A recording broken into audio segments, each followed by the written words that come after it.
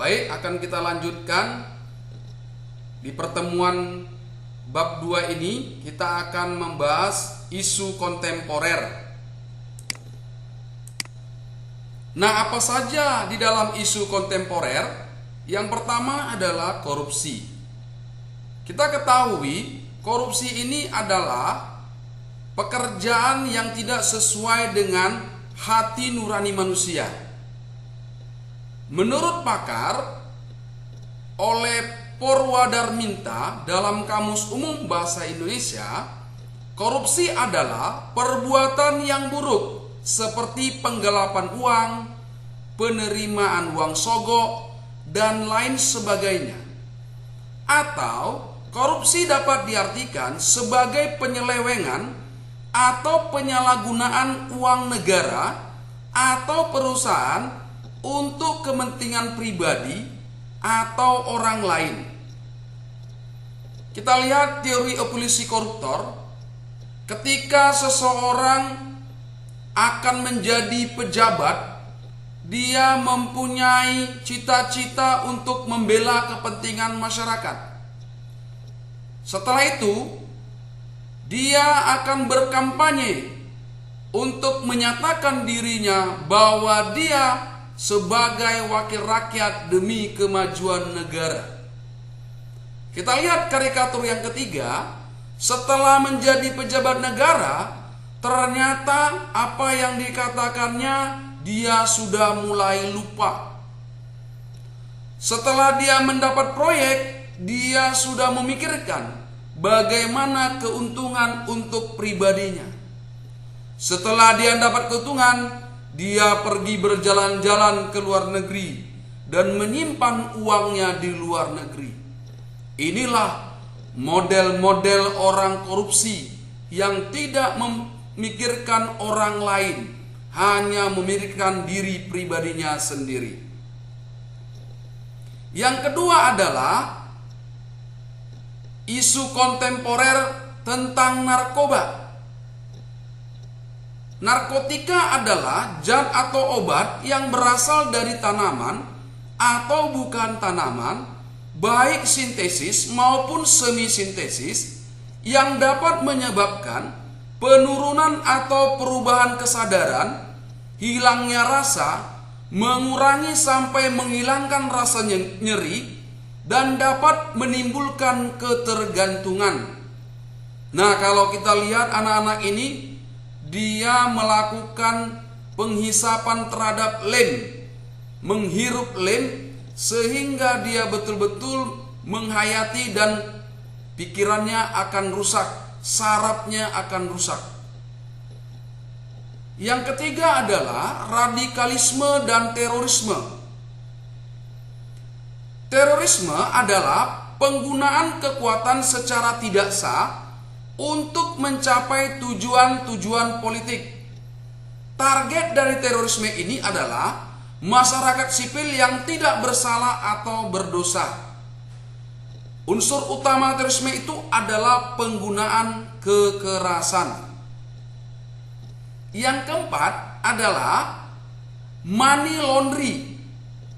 Kita mengetahui bahwa perbuatan kejahatan yang melibatkan upaya untuk menyembunyikan atau menyamarkan asal-usul uang atau harta kekayaan dari hasil tindak pidana atau kejahatan, sehingga harta kekayaan tersebut seolah-olah berasal dari aktivitas yang sah.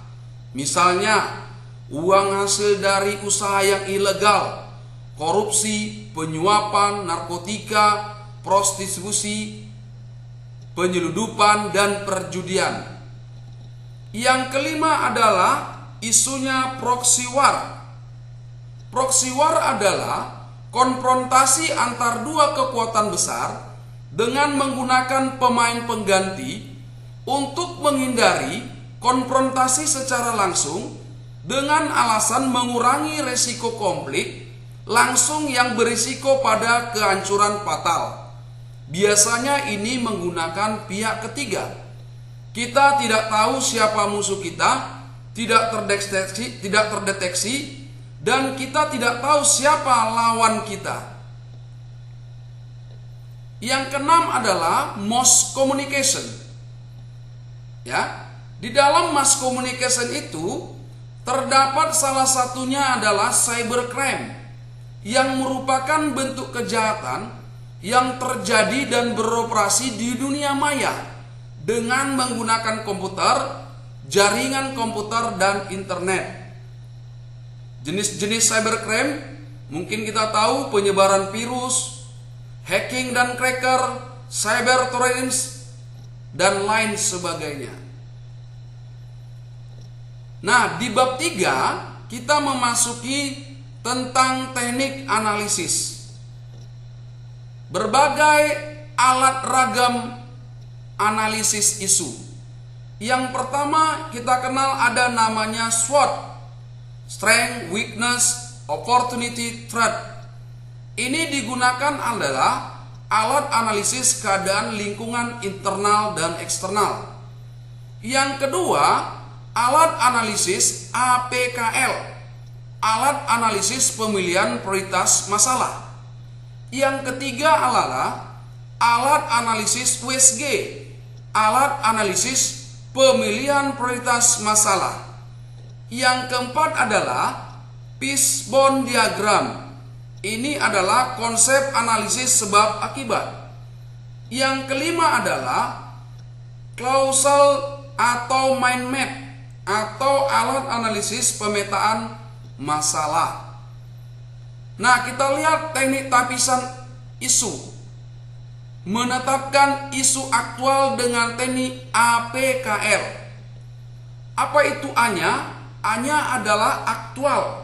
Artinya adalah isu itu sedang hangat dibicarakan, atau isu itu diperkirakan akan segera terjadi.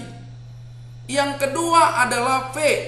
P itu maksudnya adalah problematik, bahwa isu itu menarik dan isu itu mendesak untuk dibahas.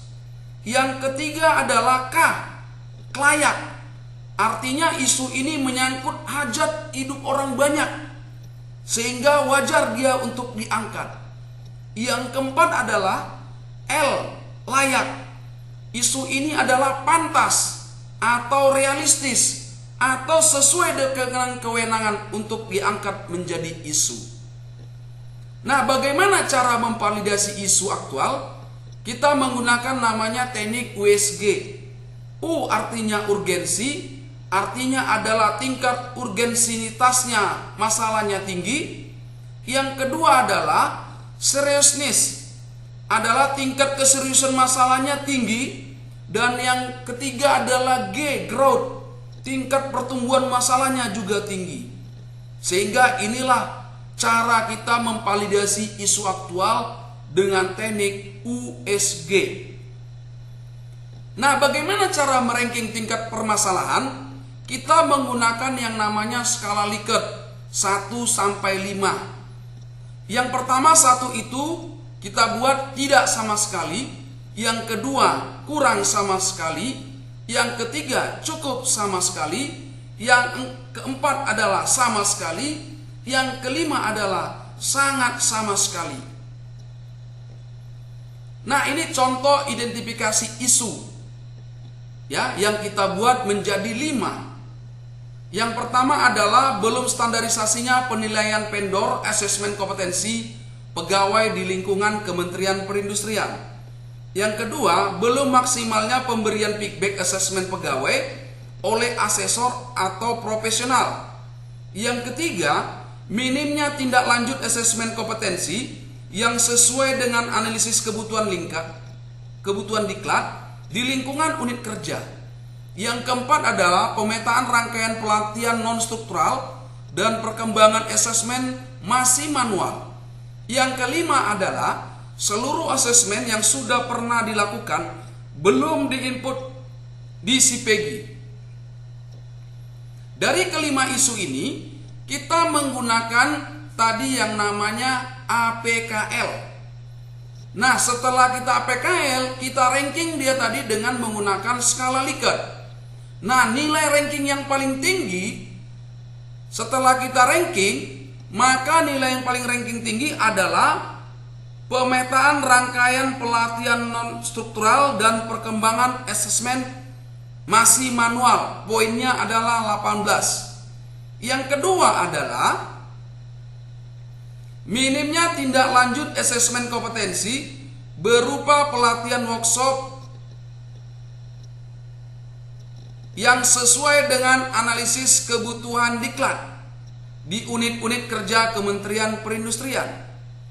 Nah, yang ketiga adalah belum standarisasinya penilaian vendor assessment kompetensi pegawai di lingkungan Kementerian Perindustrian.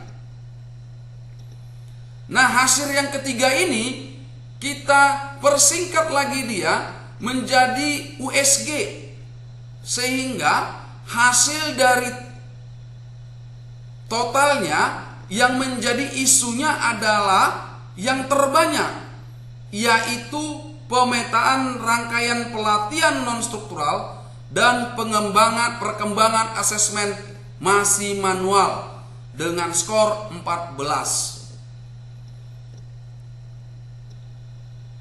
Nah, inilah yang akan menjadi isu yang kita angkat untuk dibahas selanjutnya. Urgensinya apa? Urgensinya adalah mendesaknya waktu yang diperlukan untuk menyelesaikan masalah. Growth-nya adalah kecepatan pertumbuhan masalah. Terus risk-nya adalah berkaitan dengan dampak dan adanya masalah terhadap organisasi. Oke, mungkin cukup sekian dari hasil pemaparan saya. Sekian dan terima kasih.